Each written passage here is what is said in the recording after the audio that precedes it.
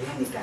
हां बोलिए। मेकअप तो इतना मस्त कइले बड़े न कि हां मेकअप मस्त कइले बड़े जान ले ले। ई कनी हना सुनी ना तू खेता पर को दिल बनी खाना में कुछ नहीं कुछ हमारा प्यार करे के मन करता तो खेत बाधार लेके अब का प्यार में पड़ल जे बोला ई का हो गइल तब हम प्यार प्यार और भई रहेला। अरे लइका हो गइल बा त का कर मतलब कहता जवानी खत्म हो गइल बा। हां ना अभी तक ले जवानी धइल बा बुढ़ापा आ गइल। बुझालू कि तू एकदम 17 वर्ष के लड़की हो। सही में त ठीक है मन तो करता नु कि जानता दर्जी के यहाँ जाके दो चार सूट सियावा देता रहे। ना हम सूट ना पहनम संस्कारी बहू भाई हम साड़िए पहनम ना हां सूट पे राती का पहने हां ना भले हम राती को नाइट तनी उन्हें पहन ले ना लेकिन सूट हम ना पहनम सूट हमरा निक ना लागेला साड़ी ठीक लागे। कुछो को बुझालू कि तू एगो लड़का के माई हो। सही में मन तो करता कि तू कर जान। हां ऐसे कली खपवाइले रही ना जब ना तब तो काहे भागल बुझाइए ना करल कि हमार मेहरा लोग ऐसे भागल चले हम तो कर रहा कि दिन में दोहरिया दी बस एक लड़का के बाप हो गई तब हम खपवाइले रही ना जब देखी तब। ए दीदी का हो दीदी पानी दी ना। धर नहीं जा धर जब देखा तब दीदी दीदी कहले रहेलिस जो तोरा ला काम नहीं थे हमरे मरद रहे मैं ऐसे ही प्यार करती ना उनका से। जब देखा था भैया के दीदी की मिलत रहता हम करे जाता मत टूट जाता पूरा जब भीतर देखा से। तब एज के आवते खाली रहेले जाओ हो गइल पानी दे देलो नु। ठीक बा भैया जाता नहीं।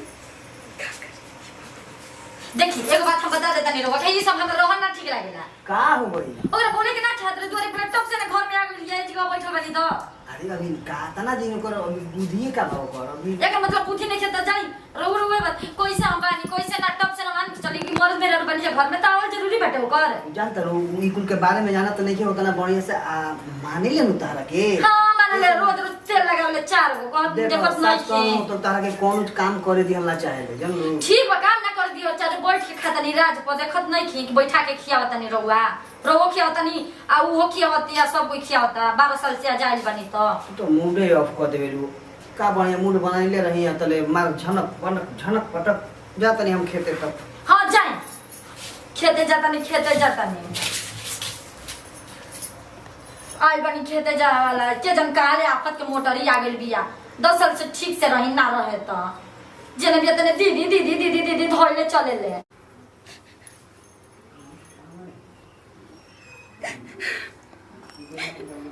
एगो भैया वालन एगो दीदी वालन इतना जगह प्यार करते कि हमारे मरद जहाँ जाता ना तब मेरा जाता ना उनका तो हमारे बारे में तेको ख्याल ना बता क्या करिए हम।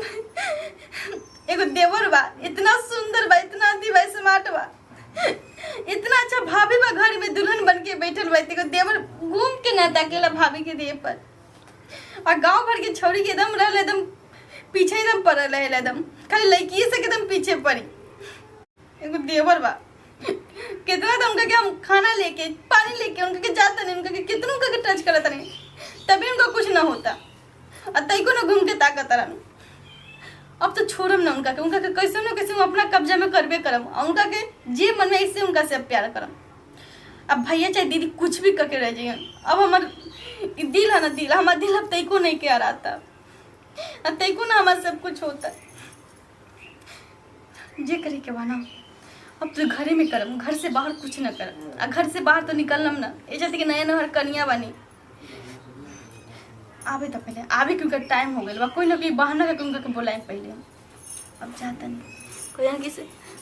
अरे यार तू काहे नहीं किस बदिया मानो हम कुछ नहीं किया हम 1 किलो मुर्गा का दाम दे दें बाकी व्यवस्था तू लोग करो। गोईठा भीज गइल बा गोईठा हमरा बीड़ी नहीं खे गाय गरु रखला से हो जी गैस पे खाना बनता है पार्टी मनाओ हम कहां कह दें तब ना वो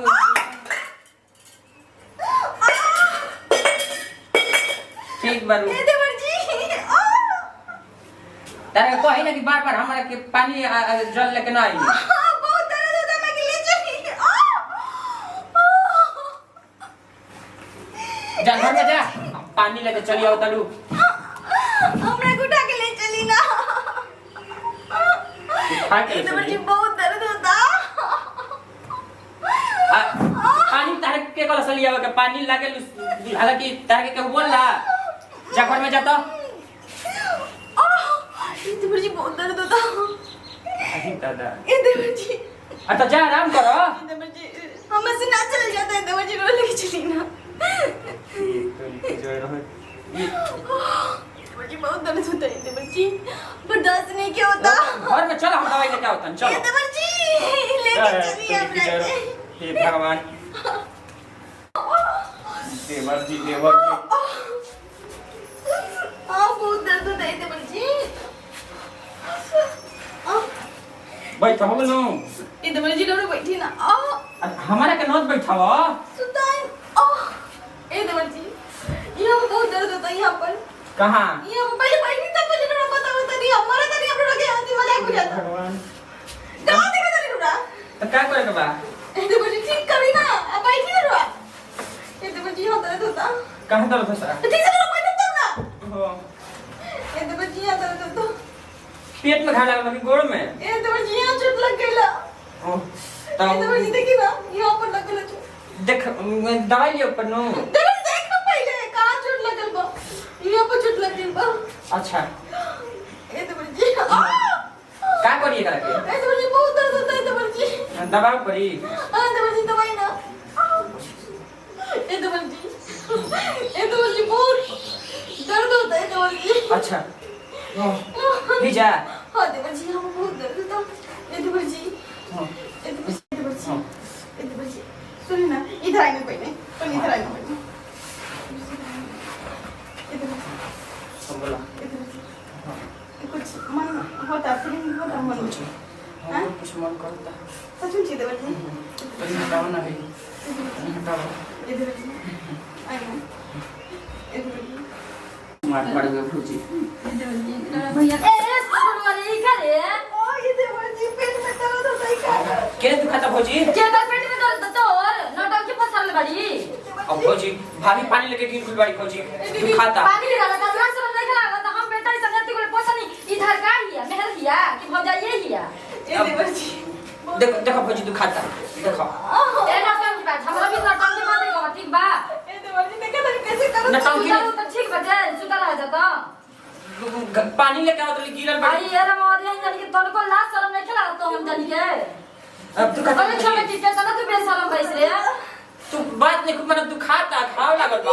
गिर गई तुम थी कहना आप नीचे कैसे समझे नहीं? नीचे उतरी जल्दी नीचे है तरह उतरे जल्दी पर जल्दी चले। ए देवर जी तो पेट में दर्द होता है। और इधर को भाभी तन दवाई लेके आओ तन मालिश तन कर दो। हाँ हाँ जा दवाई लेके आओ मालिश हम कर देता नहीं ना रात की आया तो तू भी कर दे जा। ए देवर जी भाभी याद बड़ी। अच्छा अभी के देखे तो पेटा में अरे तेरा शरम नहीं खिलागत रे उधर का लगा उधर का तेरे मरद के हम का बुझी ना का हो हमार देवर हो ना अंदर टंकी बंद कर समझ ले बहुत नौटंकी कर ले। ए दीदी जब हम तो रहन वही घड़ी जाने हम अपना मरद संग रही ता कि छाकत रहू हे तरी छाकत रहू। ए दीदी ना भागत रहे दीदी हम पानी देवे आले रकम माई तक समझे ली रो माई से भी बढ़ के बानी डरा मैं से भी बढ़ के बानी सब चीज से बढ़ के बानी हम तब माई से झूठ ना बोलेली तो हमरा से बताओ का करत रही इनकर संग छोटका बबुआ संग का करत ना दीदी कुछ आदत रे पानी लेके उनके देवे के ले गिर गिर दीदी बोल भी झूठ अभी झूठ बोला ताड़ी ना दीदी सच में चिका तन दिली रुक हम देवर जी से फोन लगा के कहत नहीं जो नौटंकी बाज गई बड़ी हमसे बोलिए मतलब भी हमरा बोले के दीदी ने तो नाराज हुई हमसे नाराज है हम तू बोला तनी को बताओ हो रहा